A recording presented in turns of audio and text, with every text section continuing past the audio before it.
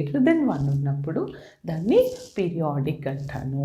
If suppose the period of that state is equal to 1, the d of I is equal to 1, the state it is a aperiodic. Okay, aperiodic. Okay, ఇప్పుడు దీన్ని ఎలా చేస్తానంటే నేను problem తీసుకొని explain చేస్తాను. తర్వాత recurrent అంటే ఏమంటున్నాను నేను ఇక్కడ, ఇన్ జనరల్గా ద రికరెంట్ అంటే ఏంటంటే, ఇప్పుడు మీరు ఒక ఒక స్టేట్ ట్రాన్సిషన్ తీసుకుంటే, ఇప్పుడు ఈ స్టేట్ నుంచి మళ్ళీ ఈ స్టేట్కి రిటర్న్ బ్యాక్ వచ్చినట్లయితే దాన్ని ఏమంటారు,